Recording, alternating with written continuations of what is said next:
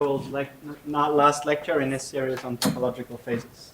Thank you, Joe. Thanks, and I think that this will actually connect to what Sean is going to talk about this afternoon, more exotic phases.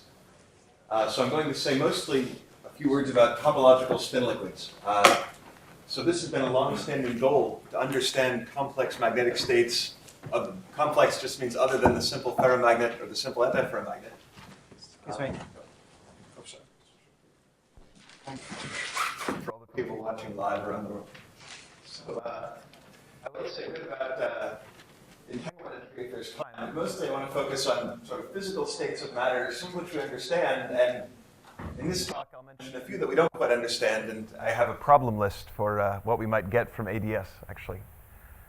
So just to summarize the tool we sort of developed last time, and we're going to apply it a little bit more this time. This is the Chern-Simons Lagrangian. If you're wondering what fixes K, well, remember that the quasi-particles get flux attached through the equation of motion for this theory. That is, the quasi-particles whose current is J mu. So really, the reason why I can't just arbitrarily rescale A, if you like, A is compact, or the allowed quasi-particle charges are specified. So for example, K equal to 1 is the integer quantum Hall state. K equal to 3 is the Laughlin state at filling 1/3. And as an example of how this all works, if I integrate out, and this is when I put units back in corresponding to a quantum Hall effect at E squared over KH. So that is, big A is the electromagnetic field, little a is this internal Chern-Simons field, and this is, we think, sort of the best universal description of states like the quantum Hall effect. So that is, Chern-Simons, in this case, appears in two guises. It's both the internal description, and it also is the term that I generate that just gets added to the Maxwell term.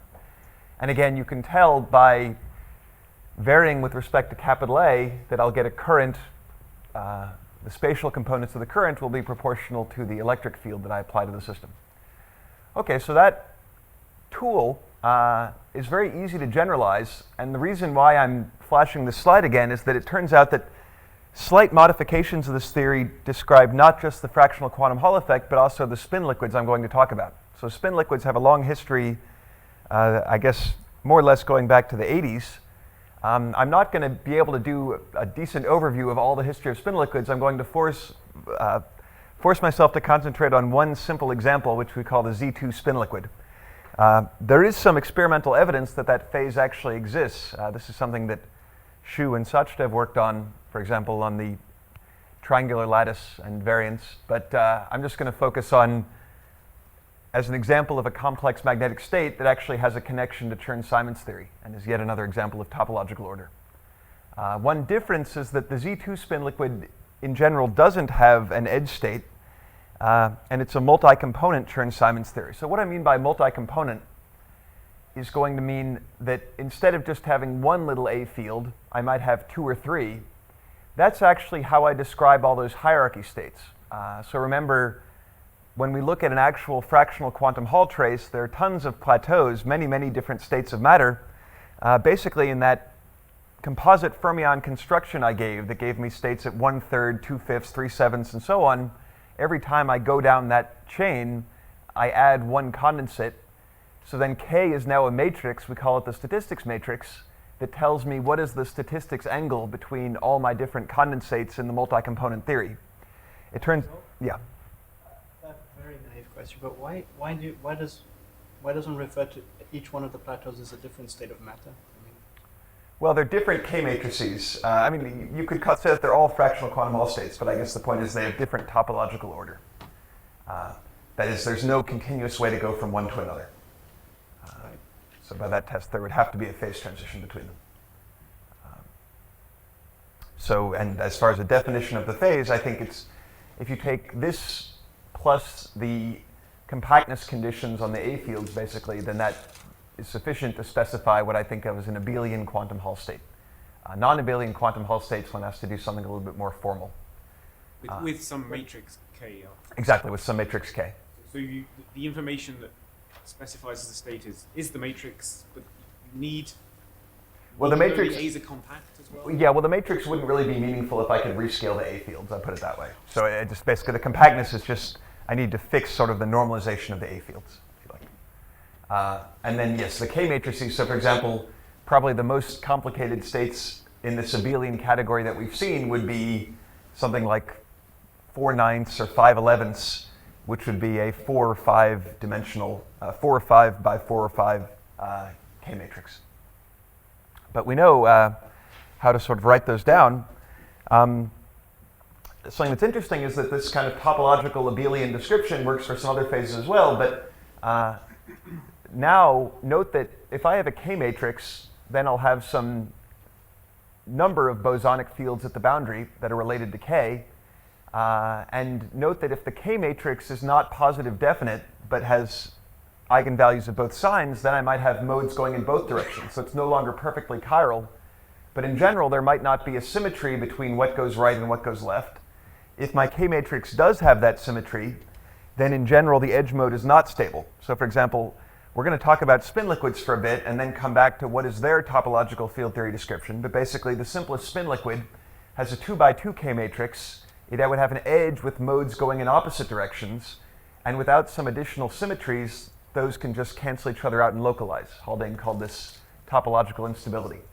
But basically the same, but I could understand that purely in the edge theory. So in a sense, it's still valid that the bulk predicts the edge. It just happens that some edge theories are not stable. So let me move on to a simple kind of spin liquid. So I'm going to present the Z2 liquid in 2 different ways. The first one is more physical. It was actually motivated by work on high temperature superconductivity and a model called the quantum dimer model. Let me sort of explain the physical reason for studying this model, and then unfortunately we can really only access the spin liquid phase numerically, and the spin liquid is actually not on the square lattice, which is the one that's most physically motivated. But anyway, here is why people cared a lot about the quantum dimer model on the square lattice. So high temperature superconductors, the cuprates, the original ones, are basically obtained by doping square lattice antiferromagnetic insulators. Doping just means adding a few charge carriers, like say 1/8. So the physics of antiferromagnetism on the square lattice is pretty simple. It tends to form what we call a Néel state, which is just a checkerboard pattern. And actually, there are a lot more antiferromagnets in nature than there are ferromagnets. So this is the Néel state. But this works in 2D.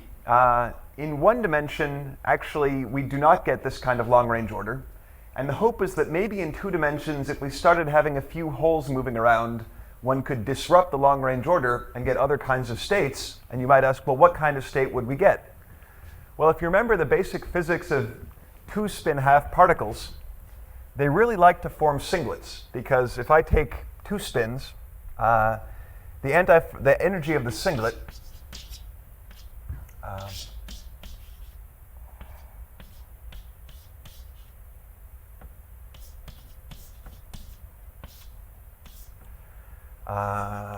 versus the triplet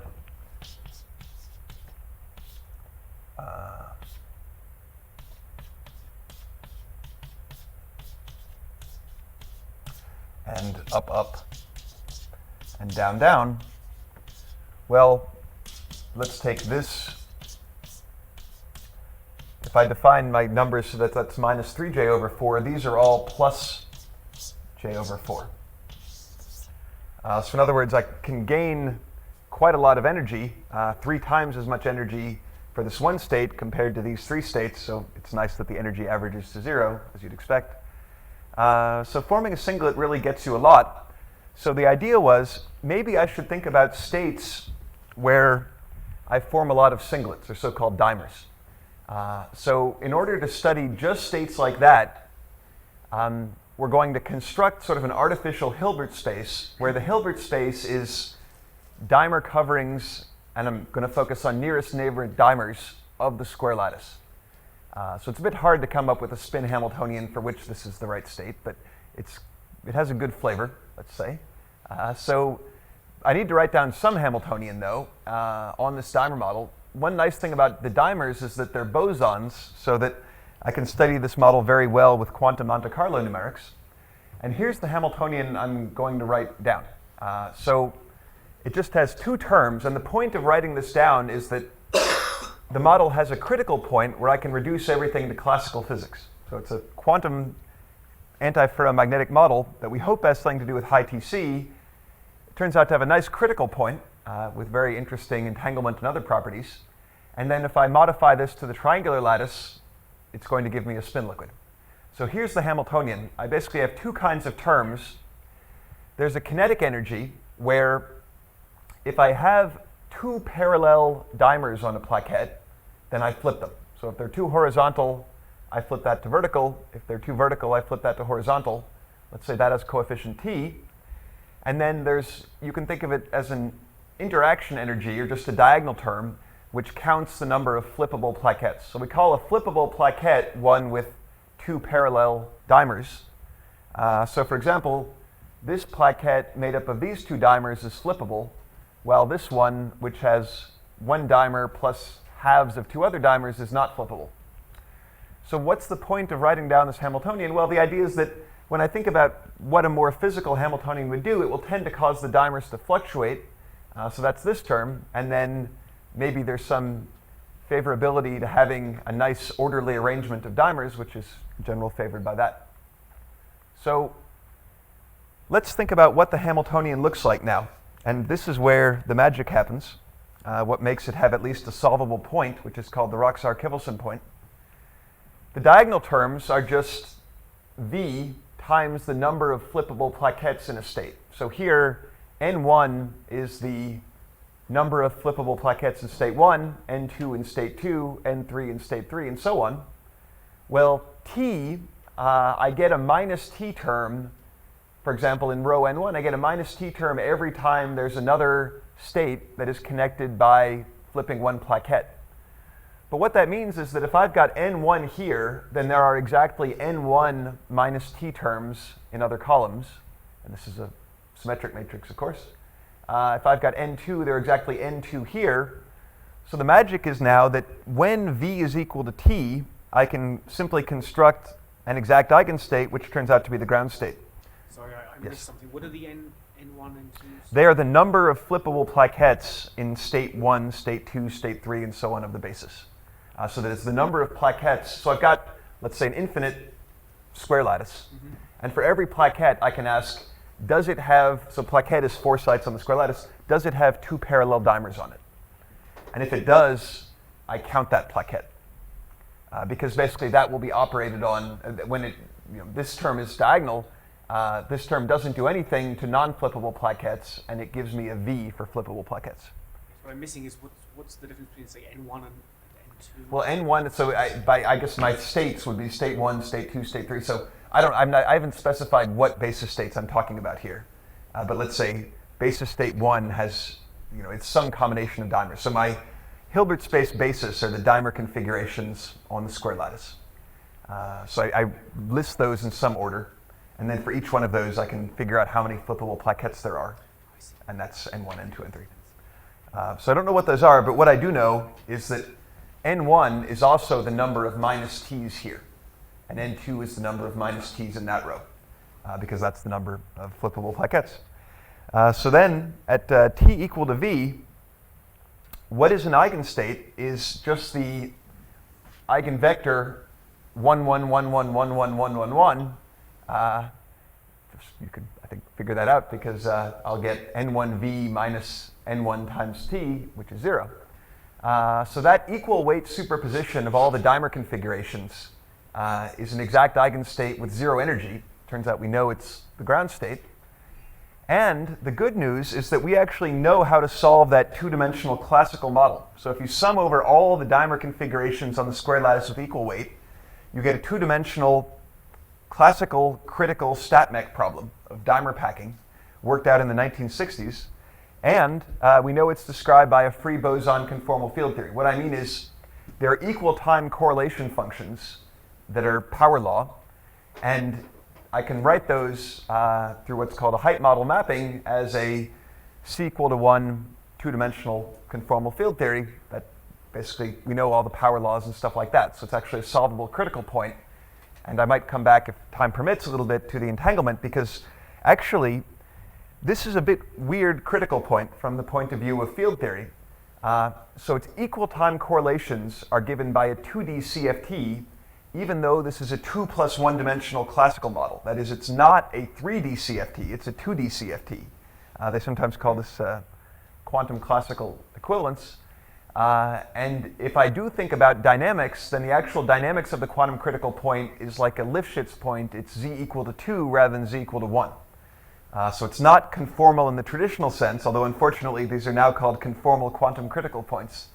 But they are actually quantum critical points described by CFTs in the spatial dimension, not in the full space-time dimension. But for us, okay, now I think it would be nice to raise the screen, because I'm going to use the board for a while to talk about the spin liquid phase that I get out of this. So could we raise the screen? This is for the square lattice, of course, right? That's right. This is all for the square lattice. And now I'm going to talk about some numerics on the triangular lattice. Yes, on the triangular lattice we can't do quite as much exactly, but the good news is there is a spin liquid phase. On the square lattice there is not. It turns out that actually that critical point separates two gapped, fairly ordinary phases, basically one where the dimers are in columns, called the columnar phase, and another where they're staggered. So basically one with the maximal number of flippable plaquettes and one with the minimum number of flippable plaquettes. The triangular lattice is more interesting. So now on the triangular lattice, two unit triangles form a parallelogram, and for every parallelogram, this kind of other one, I allow basically a flip like that of the dimers.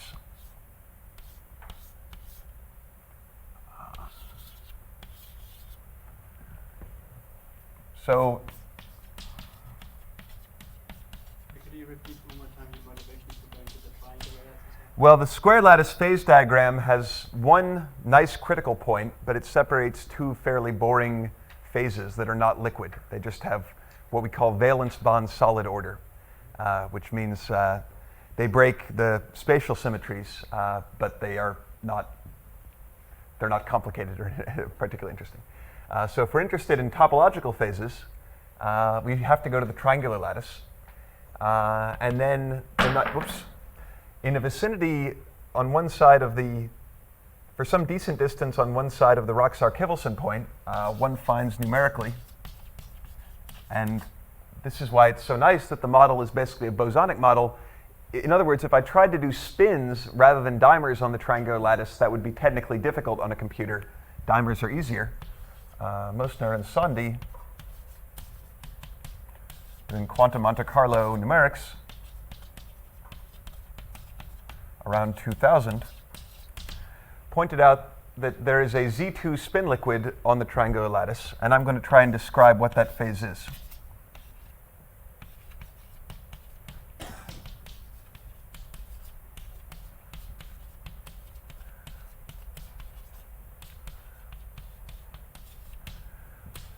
You say just generally, what's your definition of spin liquid? Yes, okay.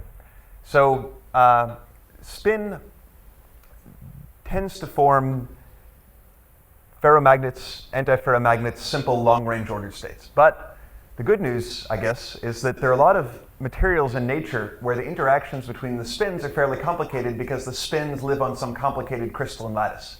Those are what we call frustrated magnets. Basically, frustrated means that antiferromagnetic interactions cannot all be mutually happy. So a simple example is if I take one triangle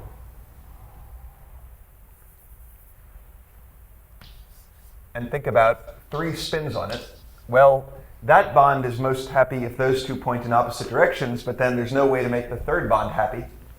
So that's frustration. And the nice thing is that we have many lattices in nature where the natural interactions are antiferromagnetic, but they're frustrated.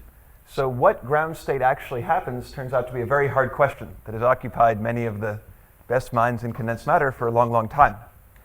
And one piece of good news is there are more experiments in the last few years, and I'll show a little bit of experimental data in half an hour or so.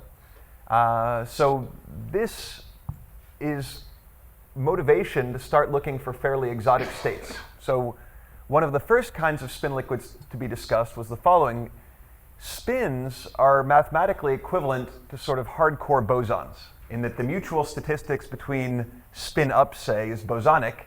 Every site can have at most one spin up. So in other words, if I thought of the vacuum as all spins down, and then I think of spin up as occupying a site with one boson, that's like a hardcore boson model. Hardcore bosons can have a Laughlin state at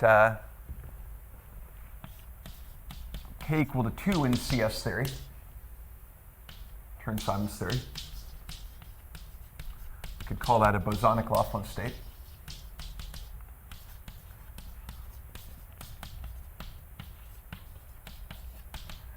And if you could make that with spins, you would get what we call a chiral spin liquid. So chiral in the sense of having a preferred direction and breaking time reversal symmetry.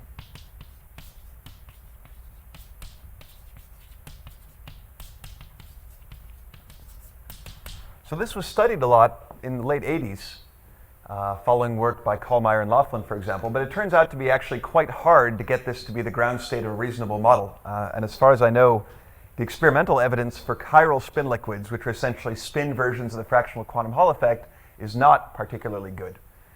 So what I want to focus on is this other kind of spin liquid, but in general, my term spin liquid means a spin state that does not have any kind of long-range order, but instead has topological order. So I guess I'm focusing on spin liquids for now that have an energy gap and have things like a ground state degeneracy and the other kind of signatures of topological order.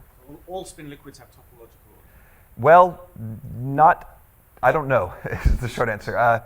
Gapped spin liquids, under some conditions, one can come up with a theorem about ground state degeneracies, that basically a state with an odd number of fermions in the unit cell that doesn't break symmetries has a topological ground state degeneracy, so if it's gapped. So there are some cases where the answer is yes. Gapless spin liquids are one of the big open questions, I think. And people debate whether, does it mean something to say if a gapless spin liquid is topological or not. I don't think we have a very good understanding of gapless spin liquids to the point where we could say they're all topological or not. But at least under some conditions, gap spin liquids are topological. So what is your definition of topological? Let's say ground state degeneracy. Well, I said, and the condition I want is sort of the Lieb-Schultz-Mattis condition. And one last question. Is it possible to simulate a spin problem? Okay, this gets very subtle about which spin problems have what we call a sign problem in quantum Monte Carlo. So in general, frustration makes it hard to simulate things. You said they're all bosons, which is why I'm confused about the sign issue. I agree that that's surprising, but it is there. That numerically, we don't have an efficient way to do frustrated magnets on. So the triangular lattice turns out not to do anything very complicated. It forms, at least for nearest neighbor interactions, it forms this structure. But basically, once I have frustrating interactions, the quantum spins, even if they are formally identical to bosons, don't wind up being Monte Carlo simulable. At least that's the conventional wisdom. And so, for example, our knowledge of the square lattice is tremendously good. Like, we can calculate to very high accuracy how much do quantum fluctuations reduce the staggered moment from the full staggered moment and stuff like that, because this doesn't have frustration. So we can do, say, well over 1,000 spins on that lattice, while on this lattice, or the Kagame lattice, which is a slightly more complicated frustrated lattice, we might be able to do 40 spins. It's basically the world record. More or less, we have to either diagonalize exactly or make it quasi 1D and use some 1D specific methods. Anyway, so that's the chiral spin liquid. And then, so yeah, my definition of topological will be doesn't break symmetry but has a ground state degeneracy. And that is what I'm going to talk about with the Z2 spin liquid. And one reason for focusing on this rather than the chiral spin liquid or something, if you ask what are the simplest examples of topological order beyond non-interacting particles, I think the two sort of hydrogen atoms are the Laughlin state, which is kind of chiral topological order, and the Z2 spin liquid, which is non-chiral. So let's talk about the Z2 spin liquid and kind of understand what's going on.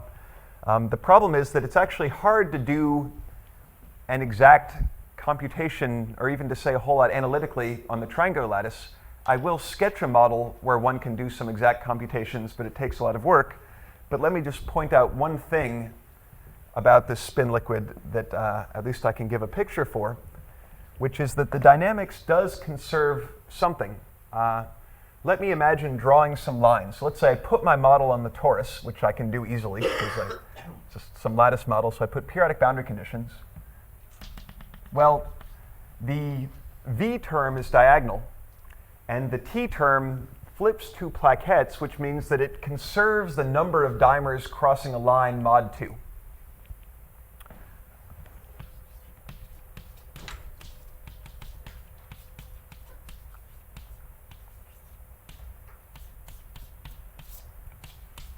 And in particular, I want to take these lines to be, I want to pick two of them that are straight lines and go around non-contractible circles of my torus.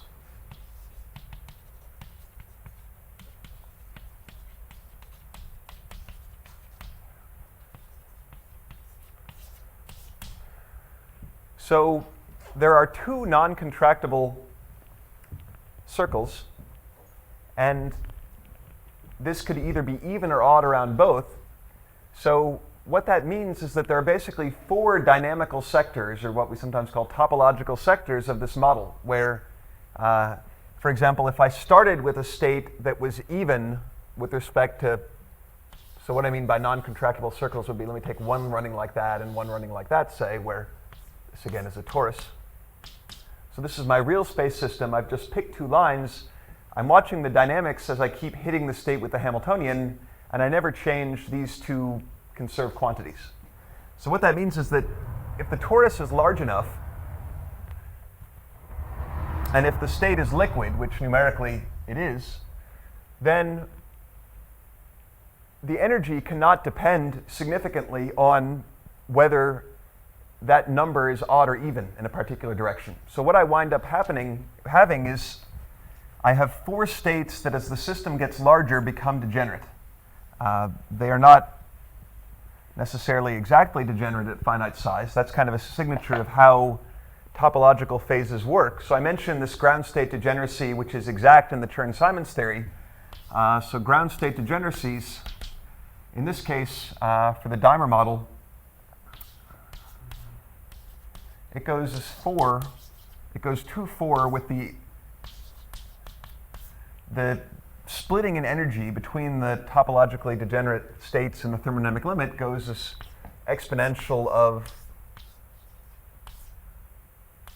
the size of the system divided by some length related to the energy gap. So this is a gapped ground state, but gapped means that there's eventually no gap between these 4, and then above that there's some big sea of states. So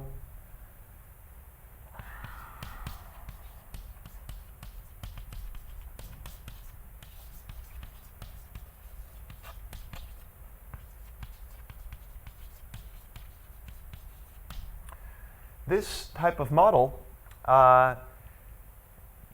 suggests, once I have a ground state degeneracy, that there might be other topological properties as well. So we're going to try to sort of argue, without doing too much calculation, what is the right topological field theory description of this. So let me mention one fact. How is ground state degeneracy related to topological order beyond the specific example of the Laughlin state? If I go to multi-component Chern-Simons states,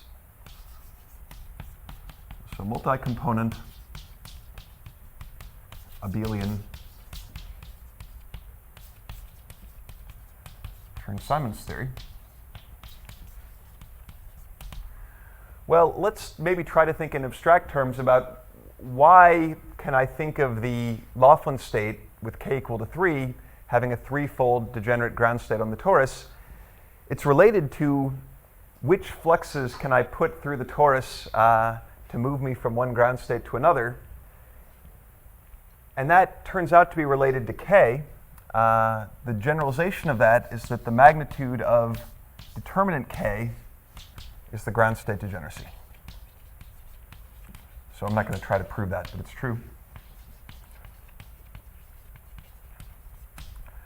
Okay, so that might be one constraint on the K matrix, but at this point we have no idea, and it's pretty hard actually to see in the quantum dimer model what are the types of quasi-particles, what are their relative statistics. So the good news is there is a model where I can write down the model and show a little bit about why it's solvable. To actually work through the solution and say what the charges are would take a lecture to in itself, but it's a very beautiful model, and I can explain, I can sort of make clear why it's so special, and then it turns out to realize the same phase, the Z2 spin liquid. So what I'm saying is that the triangular lattice quantum dimer model is physically motivated, but really only through numerics can we tell that it's in the Z2 spin liquid phase. A nice model for a Z2 spin liquid, without much physical motivation, unfortunately, but it is exactly solvable, is what I'm now going to draw, which is called the toric code. All right, and a good reference for this are some lecture notes by Kitaev and Laumann. And if you are interested in this kind of discrete topological order in lattice systems, I think it's necessary reading. Although it's true to say that we do understand the Z2 spin liquid pretty well, but this is kind of a warm-up for spin liquids we may have in nature but don't understand all that well theoretically. Okay. Can't remember the order of the authors.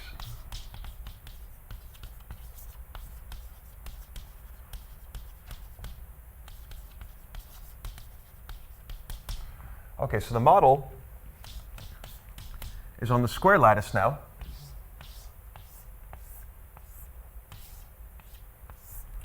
And it's going to have two kinds of terms. Basically, I want to think about spin halves that live not on the sites, but on the bonds of the square lattice. So this is where my spins live. So on. They're spin half, and this model is going to be very anisotropic in spin space, and it's going to have multiple point interactions. So that's why it's a little hard to build physically, although people try. The first term I want to add is going to be an interaction around plaquettes. So I'll call this a box. And I want to include the product of the four spins around the box. So if I label the corners of my box 1, 2, 3, 4, I mean this.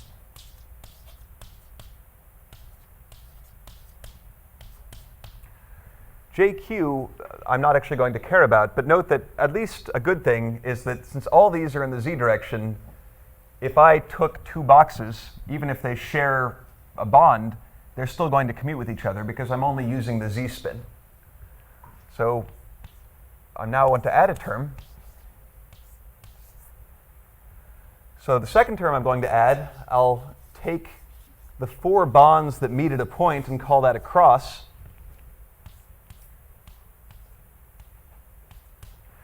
And now I want to take the x-directed spin, because if I just use z-spin, it's basically just classical Ising-type physics, and nothing very exotic is going to happen.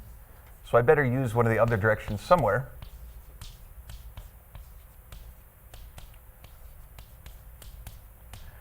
And now you'll say, aha, but now this must be very hard because I'm using both x-spin and z-spin, and those don't commute. Their commutator would give me I times sigma y. So at first glance, this looks hard, but it's actually not. And the magic is the following. Even though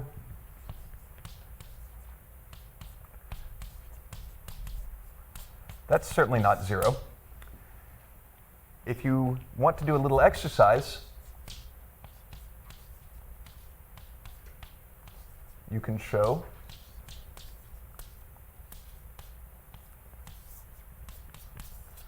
that actually the commutator of a pair of sigma x's and a pair of sigma z's is 0. And that's what's so special about this model.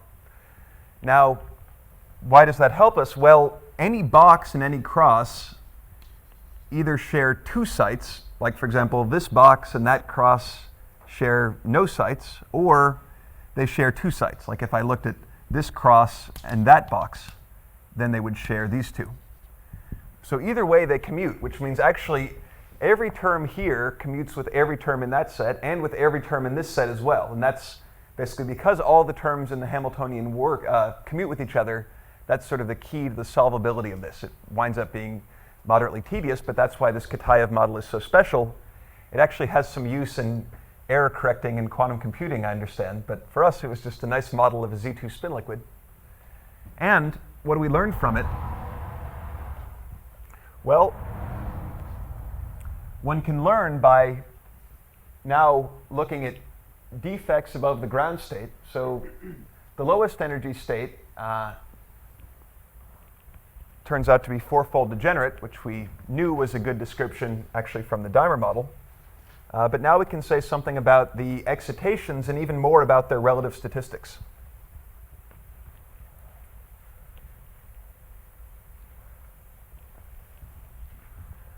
So what one learns from this Kitaev model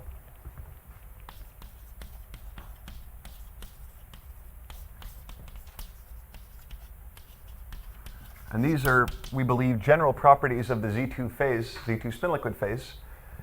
There are two kinds of particles which we can think of as electric charges or magnetic charges. And it's certainly true that people knew before Kitaev's work that there were two kinds of charges. We would call them spin-ons and visons in the condensed matter version. So it wasn't that this was discovered. This is just a nice model if you want to convince yourself that it's true. So the electric and magnetic charges, these are the two condensates that are going to appear in our Chern-Simons model, but we need to know the relative statistics. So that is, what is the statistics between two electric charges, between two magnetic charges, and between an electric and a magnetic charge? And that can also be computed with a bit of work for this Kitaev model.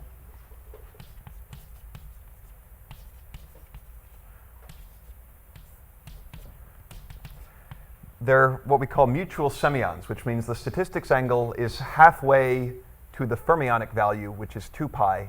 These have a pi in their relative statistics.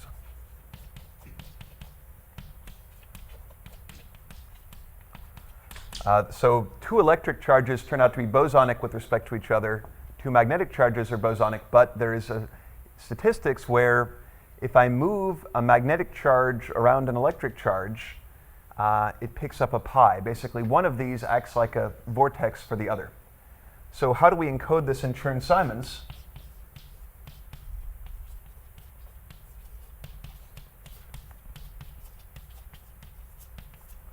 Well, let's guess from what we already know. So we guessed that the K matrix 1, that's the integer quantum Hall effect with Fermi statistics.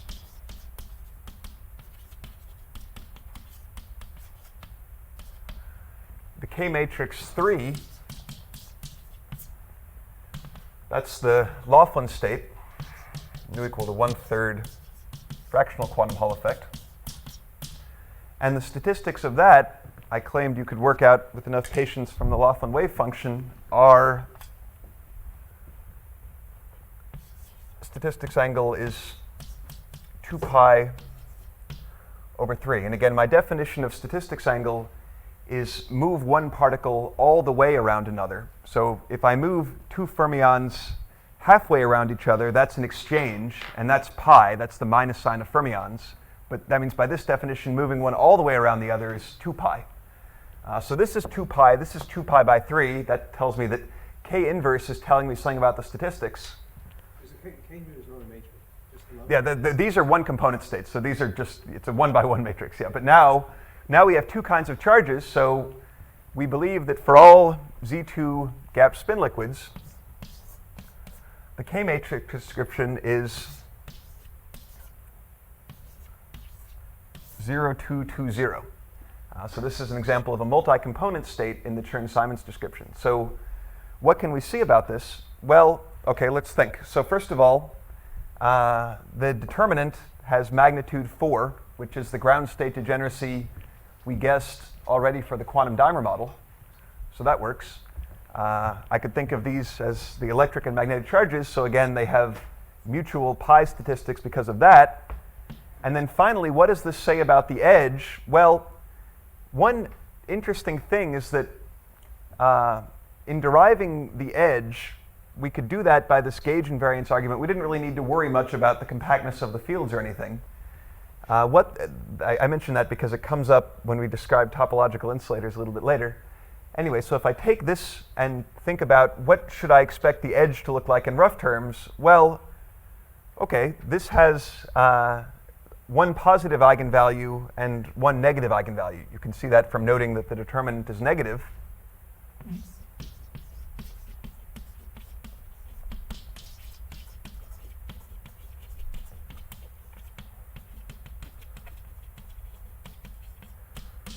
So for example, I could form even and odd combinations and make this into 2 minus 2.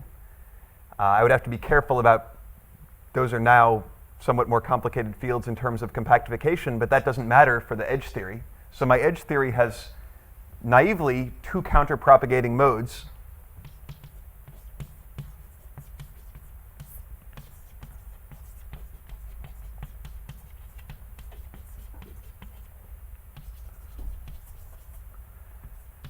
And that means the edge might be unstable. We need to think about it carefully at least. Because once I've got modes going in both directions, there's the possibility that they could cancel out. And in this case, in fact, the Z2 spin liquid without additional symmetries is not topologically required to have a gapless edge. This theory is parity invariant. Flip the two Chern-Simons fields. Yeah. It's K matrix. It's the coefficient of the Chern-Simons. Yes. So it's and I think it is. Is that do right? Kij AI partial Aj. Yeah. And then Ij epsilon, Ijk indices as well. Yeah. So now I've got upper and lower. And That's parity invariant. yeah, and also time reversal invariant. Yeah, so this is very different. It's sort of like I would say, the Laughlin state is the simplest chiral time reversal breaking. The Chern-Simons theory is parity breaking, in that case, topological state. And the Z2 spin liquid is the simplest non-chiral topological state. And it does look increasingly like it might be realized. So what I think I wanted to talk a bit about now, one reason for doing this is that this actually kind of prepares us to think about topological insulators, because those are non-chiral. And actually, we can even just write down what might be a good guess for topological insulators and think about how it's related or not related to spin liquids. So what I mean is, The Z2 nomenclature refers to just spin or something else? Why is this a Z2 spin like that as opposed to something else? wide, I don't know what, it's just historically, I mean, it's related to Z2 gauge theory on the square lattice, I guess, but if you want to, I would say that my definition of this phase is essentially that K matrix and the idea that there's no additional symmetry beyond that K matrix. So why it's called Z2, I mean, I think it's because before the Skatayev model, people were kind of thinking about it in terms of Z2 gauge theories, but other than that, I don't know.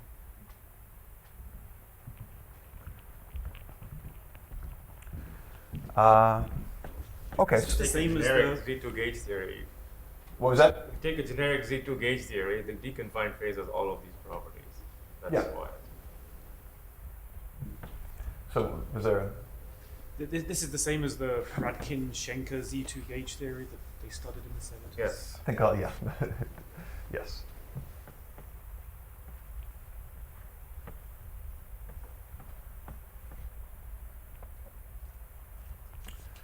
So, but as far as I know, the experimental stuff on it is pretty new. So like the last 4 or 5 years seem to be the best evidence for, I'm thinking of the triangular lattice organics. I mean, Yeah, so there are two materials. One we've conjectured is like the critical point between the Z2 spin liquid and the ordered state, but yeah, it's controversial.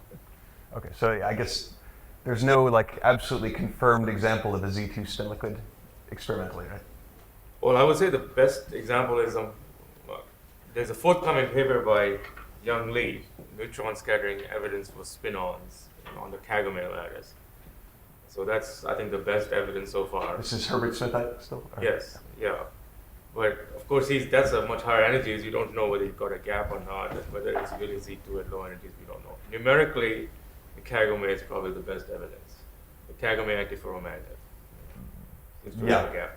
Let me draw the Kagome because I suspect people are wondering what that is. So, yeah, this is interesting.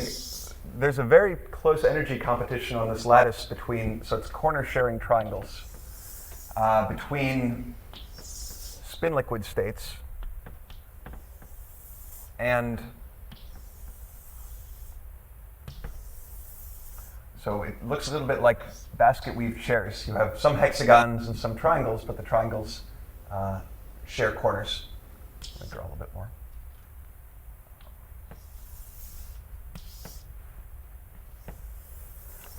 So the numerical evidence for a long time was pretty ambiguous. So just think about, and yeah, so obviously it goes on forever, but there, that's probably not. If I put antiferromagnetically interacting spins on this lattice, it's very hard to say whether it's a Z2 spin liquid or whether it's something like a spatial symmetry breaking state with a large unit cell. But yeah, there's a paper, I think, by White and Hughes that is a very careful numerical study suggesting that this lattice, which is realized in some compounds, is actually a Z2 spin liquid. I think experimentally that's been tough. One problem with frustrated magnets, actually, in the real world, is that energetically they tend to distort to relieve the frustration. So, for example, you might squeeze this, it might have a spatial crystallographic transition in order to relieve some of the frustration energy. So that's one reason why these are not always easy to find all the way down to zero temperature. But anyway, so that's the Z2 spin liquid. Now let's think about topological insulators. Well, the 2D topological insulator, that's pretty easy to describe. Because we know that we can more or less think of that as quantum Hall one way for spin up and quantum Hall one way for spin down. If we want to think about stability, we have to be a little careful, but that says let's just take spin up as our first condensate and spin down as our second condensate.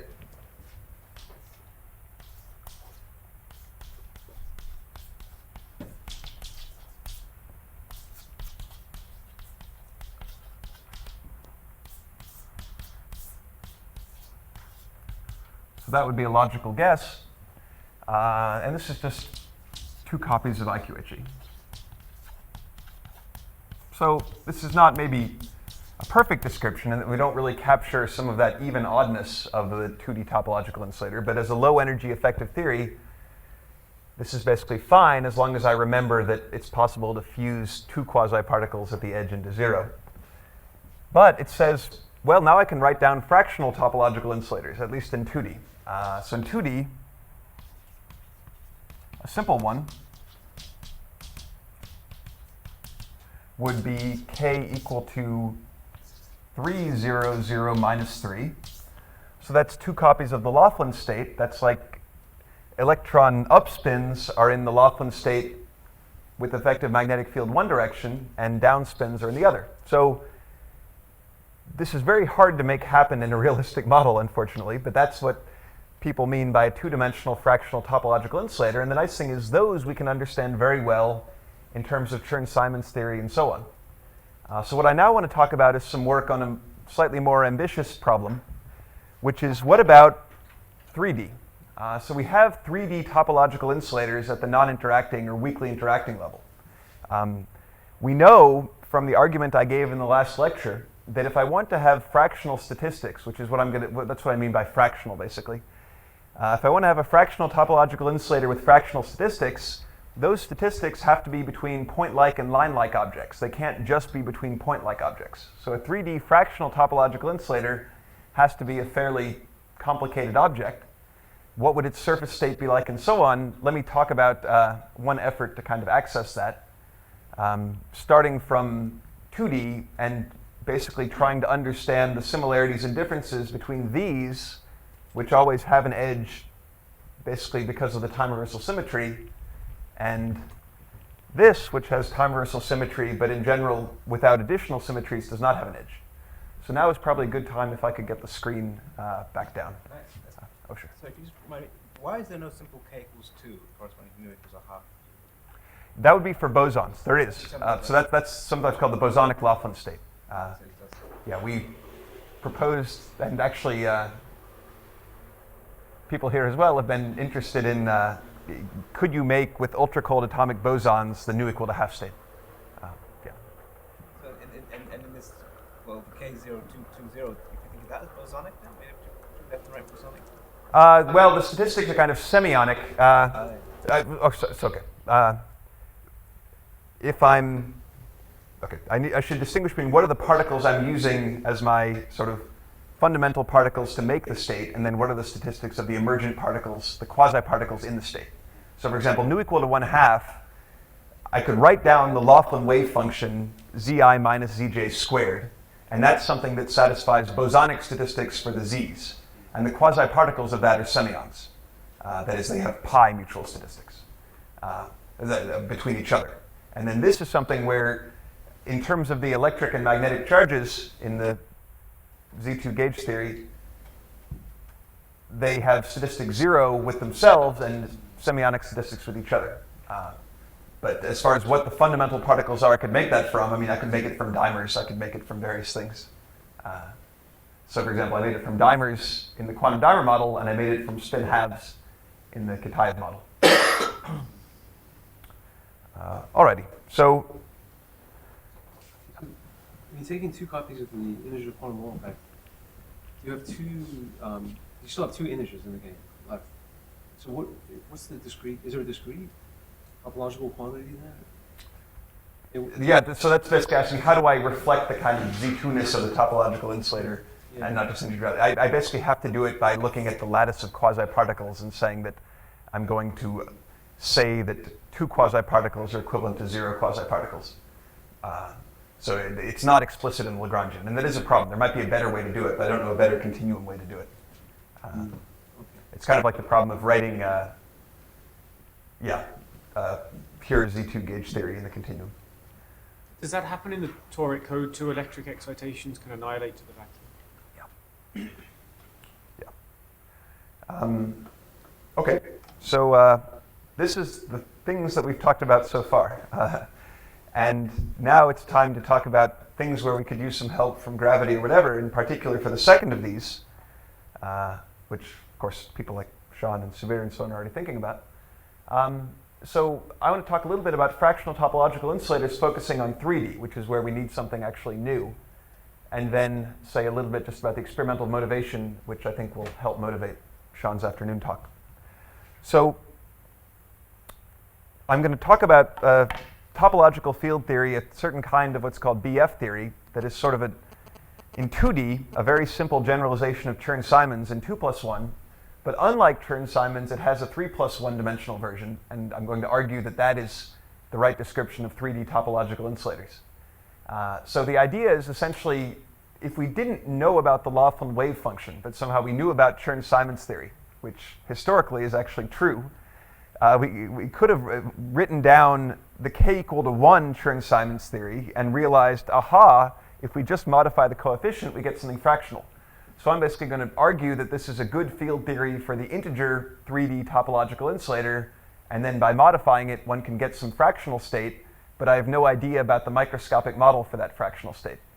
There are different sort of paths, one by Swingle-McGreevy et al., one by Barkesh-Chi et al., that are a little bit more microscopic, but a little bit less clearly fractional. So this is still pretty much an open problem, but here's one effort. So again, we want to find a topological theory. Basically, just like Chern-Simons and the fractional quantum Hall effect, we want to figure out what are the universal properties of a topological insulator that we'd like to capture in our theory, and then figure out what theory might do that. And I'll try to explain along the way why that's harder in 3D and reflects some problems in our understanding. Okay, so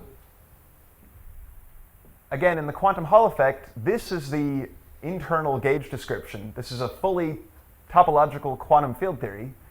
This is a topological term that I get for electromagnetism, and it's kind of accidental that they happen to both be Chern-Simons in the quantum Hall case. I'm going to argue that for topological insulators, that doesn't happen.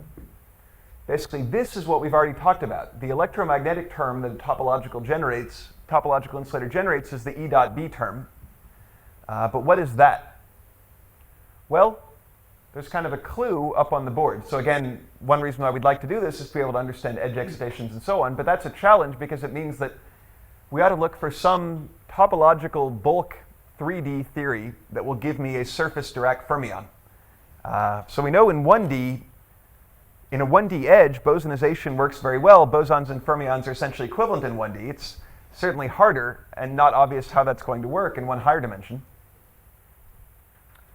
So in 2D, this is fairly simple. So I'm going to try to explain and motivate this Lagrangian in 3D. But in 2D, note the following. At least at the level of the Lagrangian, if I don't worry about, for the moment, the compactness of the fields, which is important, definitely, there's actually a similarity between this and the paired Chern-Simons theories over there. So I think strictly I would call that BF theory. So what I mean by the compactness of the fields is that I can rotate this to say 2, 0, 0, minus 2, but I had to use some half integers in the rotation. So I've changed the allowed lattice of operators to the point where it's no longer simply e to the I integer times phi, say. This is maybe getting a bit technical, but at least at the level of the Lagrangian, BF theory would describe both the Z2 spin liquid and the 2D topological insulator or paired Chern-Simons state, where BF theory in 2D, I have that in a second, is essentially just two copies of Chern-Simons. So in 3D, it's more complicated. So let me just say what BF theory is and then get to the 2D case as a warm-up. It's a theory with two fields, and this kind of, in 3D, this kind of term. So here A is a 1 form, and now B is a 2 form. In 2 plus 1D, they're both 1 forms. So this is the topological term. This is just the coupling to electromagnetism. So let's just mostly focus on this because, for example, I could have a topological insulator with neutral particles. That's perfectly fine.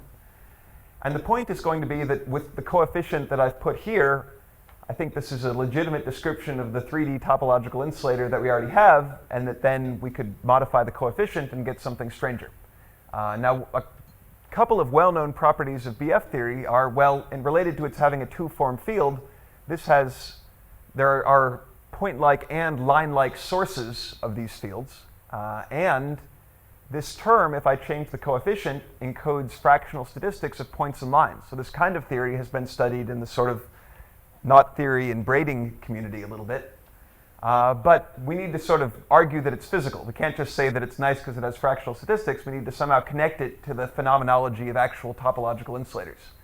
So the couple of things I'm going to focus on as sort of defining properties of the 3D topological insulator, it should have the right surface state, and it should couple to E and M in such a way that if I integrated this out, I would get the theta term, where C is some coefficient that I can fix later.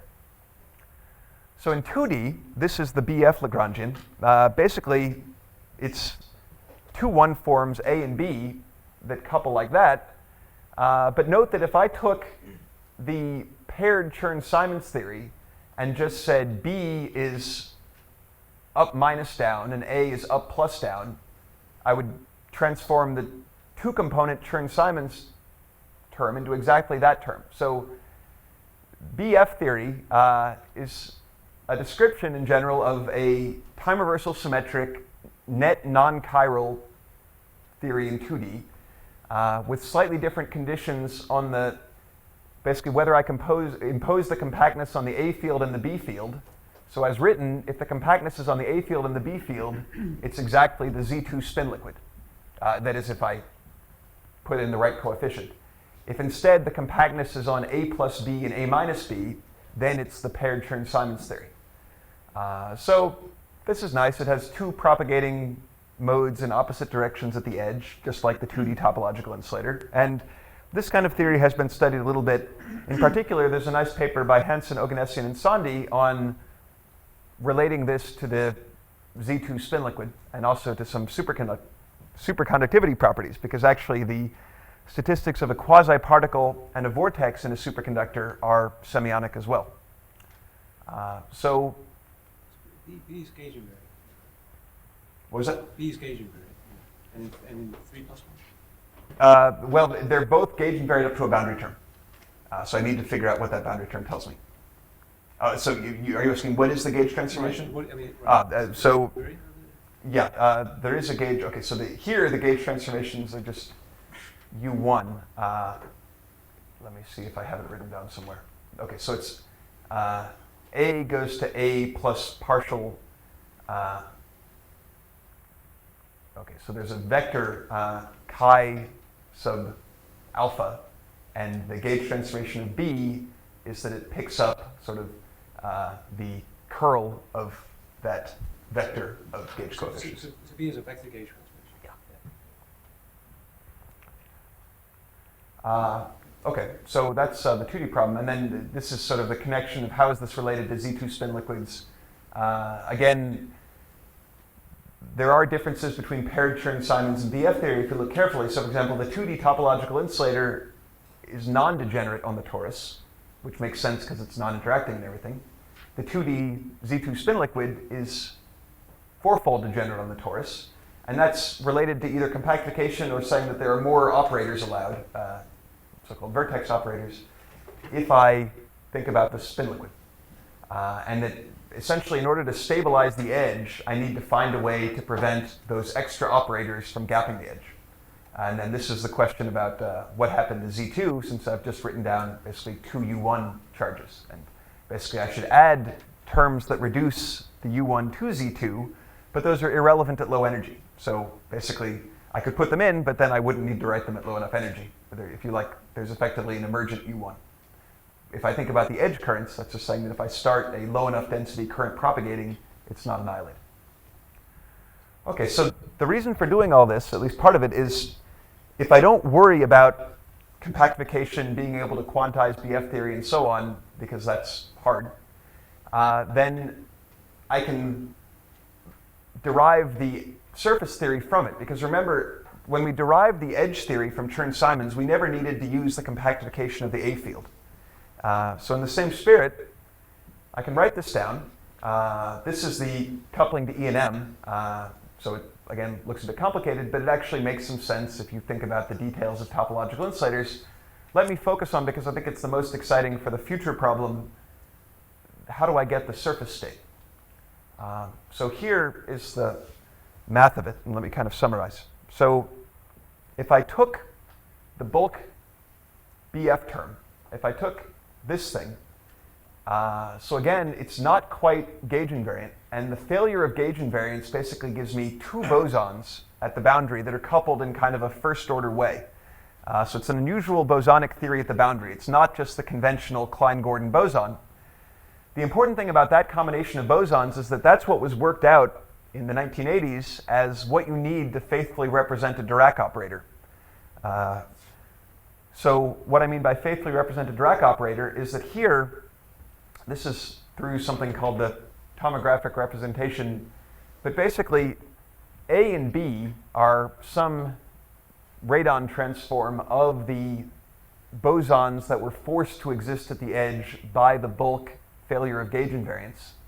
But from A and B, the particular way that their equation of motion works is exactly what I need for this operator I can write to have Fermi statistics and to be a nice, well-defined Dirac fermion. So that to me is a clue that this BF theory is actually the right theory, because it says that the bulk forces me to have a state at the boundary if I have time reversal invariance that is essentially a Dirac fermion. Now, one should note as a caveat that just like in the quantum Hall case, but even more so, some of the physics of the edge, in particular the zero energy kinetic term, comes from the bulk, but stuff like the velocity terms, the chemical potential, all of that is non-universal and set by the boundary. So that means in particular that can't really just bosonize an arbitrary Dirac fermion at finite chemical potential or something. The ground states are not really well preserved in this mapping. The only statement that one can make is that there is a way to explicitly write a Dirac Fermi operator with these bosons, which would not be possible for general bosons. So I guess that's saying that the only thing I can derive at the edge is the kinetic term, but I can't say anything about even low energy properties like the chemical potential and so on. But at least there is a Dirac fermion there. How are you fermionizing in 2+1? Yeah, so the idea, so okay, A and B, so this yn is a transformation from Cartesian coordinates to basically draw wave fronts perpendicular to n, and then y is the distance of that wave front from the origin. So anyway, there's a sort of canonical way to transform bosons and fermions from xy to yn hat, and then papers by Luther and collaborators sort of explain that if you do this, you can prove that this has Dirac statistics. So I guess, if you like, the idea is I can basically form rays, do one-dimensional expressions here. Normally, the problem with doing that is that different rays don't commute. This thing is sort of the key to making the commute. This is something like a Klein factor between different rays, where it adds up the total number of charges on all the rays between angle 0 and angle theta. And normally that can't really be done in a consistent way, but for this particular kind of boson, it can. So that's how I'm. But again, the bosonizing doesn't mean that I can take a low energy Fermi state and write it as a low energy Bose state. It's at the level of some operators, and in fact, pretty much only the single Fermi operator and the single Bose operator. So I don't even know that I think of it as bosonizing the theory. It means that I can write a canonical Dirac fermion, and that's all. So for example, the natural bosonic ground state has a different specific heat from the natural fermionic ground state in 2+1. So I would say that but again, here, this is all coming from the bulk, so everything has exactly 0 energy, and specific heat is not meaningful. So one should not take this as useful for, I mean, we don't learn anything new about bosonization of a general Fermi system, but it does say that the bosons produced by the bulk are the ones you want to write a Fermi operator, and other combinations of bosons don't work. If I create lumps of energy from the bosonic fields, and I do this, I don't get a minus. Is that The bosons are legitimate bosons. I mean, they commute, and the fermions. a mathematical trick? Yeah, I mean, you can sort of check all this explicitly, but the problem is that I cannot map, the ground state of bosons doesn't map to the ground state of fermions, for example. So there's no sense of faithfully representing the low energy degrees of freedom. But you can construct the fermion wave function there. So everything the fermions you do, you can get from the bosons. Well, in principle, but the ground state of the fermions is some horrendously complicated thing, because once I start, okay, so there's here, if I took, a bilinear of fermions or something, that will wind up being highly non-local in terms of the bosons. So only some things are locally represented when I do this process. A more natural way to get fermions from bosons is spin from isospin. Play that game here? I don't, not as far as I know, but I Not haven't. in really- BF theory, but just sort of in general. Yeah, I don't want to rule it out, but all I know is if you want to do the Chern-Simons trick of failure of gauge invariance in the bulk as the mechanism to force the boundary, then I think this is about the only way to do that. But there could be other ways to get the boundary state without depending on, maybe you write the bulk in a way that doesn't have this anomaly. Sorry, is the stuff that you do on the boundary here in any way related to the statistic transmutation that you have when you have a Chern-Simons field? That you're able to introduce a statistics field and change the... Yeah, not quite. No, I don't think. I think those are two different ways of changing statistics. So in 2+1D, we know that by flux attachment, we can change bosons to fermions and so on. But that's a property of sort of the gapped particles in this Chern-Simons theory. Well, here, this is a gapless system. And here, again, low energy doesn't map to low energy, but the fermion operator is faithfully represented. And now, the good news is, this is also a way to do fractional states, but it leads into what is maybe, I think, it's either number 1 or number 2 in my closing slide, which is the list of open problems, which is we don't have any sense really of what are the gapless, non-Fermi liquid, but still roughly fermionic systems out there.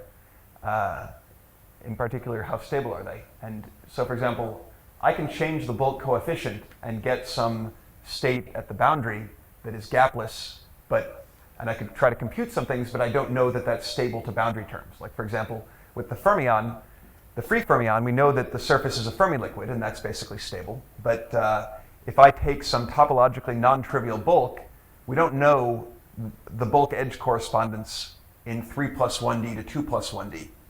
So we do, like 2 plus 1D bulk gives 1 plus 1D CFT boundary.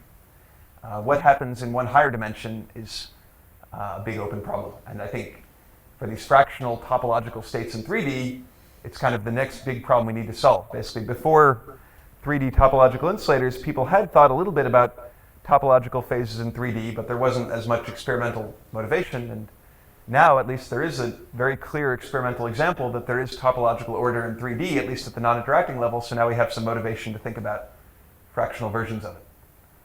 So, finally, the other thing I was going to mention is a big puzzle out there, which I might connect a bit to what Sean is talking about. So I talked about gapped spin liquids, and I said those are topological, at least the ones that I presented are. What about gapless spin liquids? So whether to call this topological or not is a tough question because as I said earlier, I don't know how to define topological gapless spin liquid. But let me focus on the right transparency and say why this is definitely one of the hottest experiments in condensed matter right now. So this is the thermal conductivity of a complicated frustrated magnet. But one thing we know about this, let's assume it's electrically insulating. So the standard electron is not propagating through the system. Electrical conductivity is basically 0. What this plot shows is that the thermal conductivity is much larger than one would expect it to be in an electrical insulator. So, as I think you all know, fermions have much more low temperature specific heat than bosons because fermions have a Fermi surface, which means they have many more places to have a low energy excitation. Now, we sort of know that there are disorder effects and all that can sometimes mimic the large specific heat of fermions, even though there are no fermions. But it's hard to think about how they could propagate in this kind of disorder model. So to have a basically fermionic thermal conductivity at low temperature in an electrically insulating system is very exciting. And probably the sort of picture that people talk about is at least fractionalized, and maybe that means topological in some level, where I take the electron, I split it up into something charged and bosonic, let's call that a holon, and something fermionic and neutral that I call the spinon, and that what this is really measuring is a Fermi surface of spinons. So whether that is really a stable state and what is the right Hamiltonian for it and all that, those are all kind of fairly open questions. But this is a gapless state that appears to have fermionic excitations even though the electron is not moving around. So this is the kind of thing where holography might give us insight into this new sort of state. And even more than computing things, the puzzle is sort of how do you properly define this state in a way that is independent of the microscopic description? Like, what is the universal definition of gapless spin liquids, and how many of them are there? Those are all open. So I was going to say a little bit about entanglement. I think I will skip it, but what I was going to mention as sort of a test case for ADS-CMT, which has already been successful for entanglement at CFTs, that Roxar-Kivelson point on the square lattice, so this interesting critical point, it turns out that it's incredibly easy to calculate entanglement for an arbitrary geometry. This is something that Eduardo Fradkin and I worked out because of some very powerful results on essentially the Laplacian in 2D. So skipping over a lot of details, it's a fairly complicated calculation. Actually, one thing I should say, there is an entanglement signature of topological order in gap states, which sounds odd because we know that for a two-dimensional gap state, there's an area law, which is very non-universal in the entanglement entropy between partition A and partition B. It turns out that there's a subleading part if that one can extract by thinking carefully that is actually universal and basically measures something loosely connected to the ground state degeneracy, at least in simple states. So z equal to 1, as I mentioned, we know a lot about from ADS-CFT. Z equal to 2, as far as I know, the entanglement has not been computed from ADS-CFT, but it's been computed in gory detail from condensed matter and from numerics, and it leads to some quite elegant formulas. So for example, there's a universal logarithmic correction which is related to the change in the Euler characteristic induced by the partition. We can compute additional logarithms from corners. Basically, it all winds up mapping onto the problem of hearing the shape of a drum, which mathematicians love, basically the spectrum of the Laplacian with different boundary conditions. So if there's a way to do that with ADS, it would actually maybe answer, there is one leftover open question here, which is that we don't understand all the Renyi entropies. There are some transitions as a function of Renyi index. Anyway, I really can't say much about this more for being time. I want to get to my final slide here. So this is to show that we did some work. The full entanglement entropy, especially for non-free boson CFTs, is still open for these z equal to 2 quantum critical points in 2D. That's the one sentence message. So yeah, to wrap up and leave at least 5 or 10 minutes for questions, 5 minutes maybe, I tried to make a list of problems that came up during these talks where we do need some new idea, maybe from outside the field, and the stars are the ones that I thought might be related to gravity. And they're in 5 is least difficult probably, and 1 might be most difficult. So as a way of kind of summarizing what I talked about, and we went through a pretty decent number of the topological phases. I think we've discussed the topological phases that are the most interesting at the moment. But there are these big problems. So here are some big problems. One is there is this non-abelian Berry connection. We know one thing that it governs. There are probably others. So what are they? Then this tenfold way. So let me explain how the tenfold way relates to fractional phases like the fractional quantum Hall effect and so on. The tenfold way, we think, is a pretty complete classification of all the phases that are adiabatically connected to free fermions. And if I don't invoke exotic symmetries like crystalline symmetries and all that, but something like the Laughlin state or the Z2 spin liquid or whatever, those are not adiabatically connected to free particles. So we don't have any kind of tenfold way for those. That's why they're wide open. But even for the tenfold way, we don't understand really which of the tenfold way states can be destabilized by interactions before a phase transition and which are only destabilized once they reach a phase transition. Now for some of them, and in particular for one of the topological phases, probably the only topological superconductors we have, which are the phases of helium-3, the only conserved current is an energy current, which means that if there is a way to prove the stability by using a physical response, it has to be gravity. So is there some way to use gravity to understand the tenfold way table? Because right now we're in the odd situation of knowing that some are stable, knowing that some are unstable, but not knowing for most of them, including some physical ones. Then, yeah, fractional topological insulators, I guess, an effective theory, and there's also one or two others out there, but no one has written down, what should you go to the lab and build? This is maybe a more standard condensed matter problem to make the fractional topological insulator either in 2D or 3D. Of course, the 3D one would be even more complicated. Now, these last two are maybe the ones that are the hardest, but where I think the help is most likely. So there are pretty good experimental evidences for at least one gapless spin liquid, which is that one I showed. So the chemical formula is incredibly complicated. Just think of it as a two-dimensional frustrated magnet.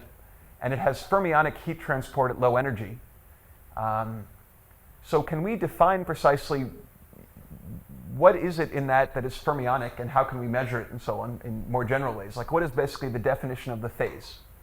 And then could we even compute some properties of the phase? And then finally, maybe the hero of lecture 2 here was topological quantum field theories in 2 plus 1D give conformal field theories at the 1 plus 1D boundary. Does that work in either one higher dimension or 2 higher dimensions? Because 2 higher dimensions, at least the surface state of that might be physical. And as far as why this is important, it's not just important from the topological phase point of view. If we could make 3D non-trivial topological phases, those should have 2D, non-trivial, gapless surfaces. And so in other words, there's even some connection. Both of these are really about non-Fermi liquid states of fermions, which have been one of the big problems in condensed matter for about 15 years at least. So I'm no longer confident in our ability to solve it by itself. So that, I think, should serve as good motivation for Sean's talk in the afternoon. Thank you.